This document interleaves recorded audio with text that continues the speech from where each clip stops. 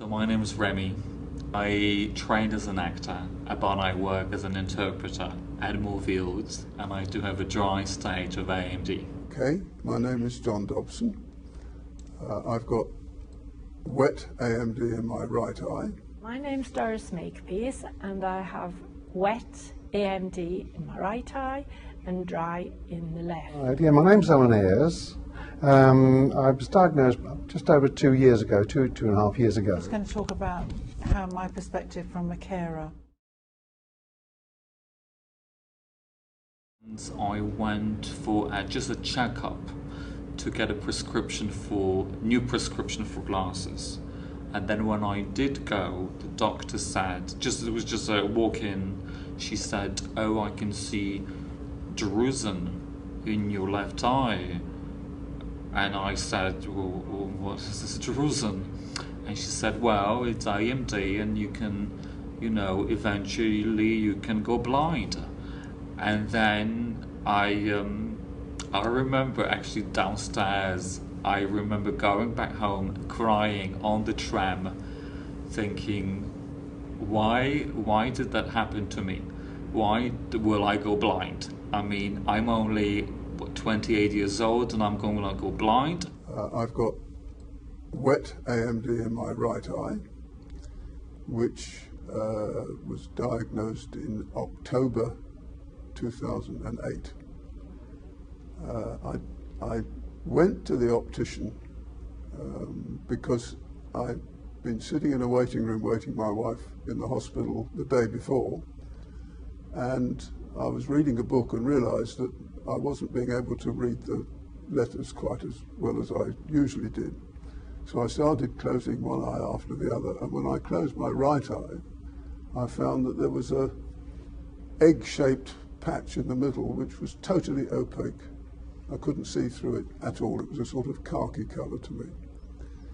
So the next day I went to the optician and they decided I had wet AMD, and they sent me immediately to AMD. How I came to be diagnosed, I woke up one morning and the blinds, which should be vertical, were wavy. And I immediately rang my optometrist, who got me in, and within 2 days I had an appointment at the ophthalmology department at Newcastle. And it all came from an eye test at Specsavers in my local town of Margate. And the guy picked up there was something not right. And then he gave me the chart with a little dot in the middle. He said, take this home and just check it every now and again to see if it's right. And of course then I realised that at one end all the lines were a bit wobbly. And so they went back again, and then they eventually referred me to Canterbury Hospital. They did find out that I'd got ADM in both eyes, and it was wet at that time. Since then, over the course of the period, the right eyes remain wet, but the left eye has become dry. For 2 years, I went privately, just went back and forward for regular checks. And then one day I felt a definite difference in my right eye and went back, and they said there was a leak. And since then I've had the injections, and that's 6 years past the 1st of April. So Not really. I don't really go by I think at that particular time, 11 years ago, when she told me, that I think that a couple of days was just hard. It was just like I was quite upset because you keep asking yourself, "Oh, why is it me?" I mean, but then the more I understood about that was fine, and I got along with that, and I accepted it. This is the reality. I can't change it. I can't stop it. I can't get stressed because it's gonna get worse. So I think really it hasn't really. I mean, I get prescription from time to time, new ones, because the vision's getting worse every couple of years. But it hasn't really. I mean, I'm this kind of a person. I know everyone is different, but I don't really dwell on it. The only thing I can't really cope with are reading anything near vision, which is a disappointment to me because it's restricting me in quite a lot of things I do as a hobby. Reading is the main thing, but I mean, my long-term hobby has been making theatre costumes, and now I find it very difficult to thread needles and see where the pins have gone, so that's a bit tricky. I still do the designing, I can cut, I can glue and paint, but when it comes to the actual stitching, very hard for me to keep a straight line on the machine now. Because I do feel an outsider.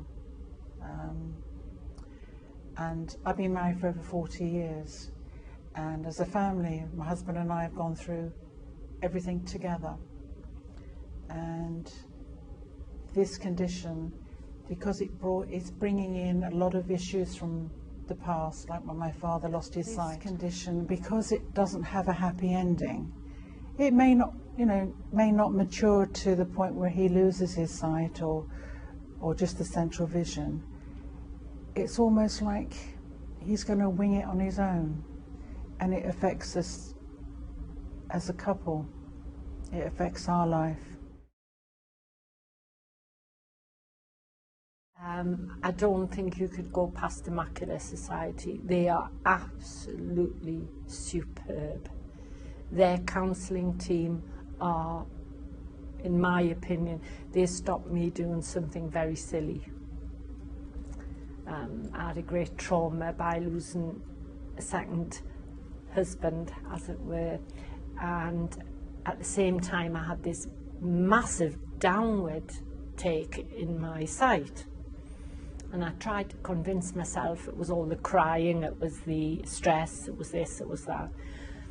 And my consultant decided he would give me some PDT instead of the Lucentis.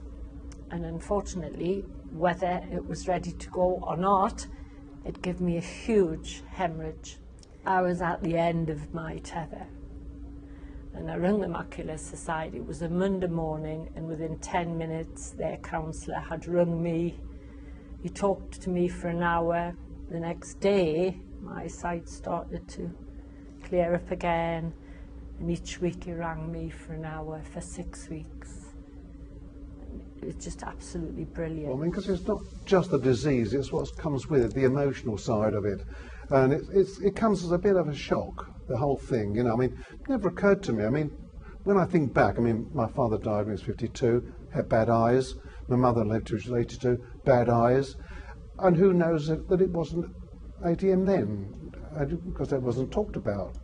And so when I suddenly developed it, and everybody around me said to me, "Oh my God, you've got that." I said, "Well, you cope with it, you just got to cope, simple as that, And I've been investigating, and people have been very, very supportive. I've been to the Kent Association of the Blind and the RNIB. I've been to meet a couple of times to help me. And so far, I live alone and I can cope admirably. So I didn't need the stickers on the cooker or anything like that, so I'm fine at the moment. That's good. But I know that it's out there, there's help. I've really enjoyed today. I've learned a heck of a lot. And to see the actual people in charge of the experiments and the researchers going on, it's really informative. And I've met such a lot of very nice people who are suffering as I am. We were able to sort of sit down at lunchtime, have a discussion, and it's really interesting, just the variance of people's disability. I was saying to somebody downstairs that I've really, really enjoyed it, but I've finished up, I think, with more questions to ask than I had when I came here. And yet they've told me a lot that I didn't know before. And the other thing that surprised me downstairs was they've got a board down there where you can put little red dots against various things to do research and so on. And what surprised me was how few there were suggesting that we needed to do a lot of research on what is causing AMD.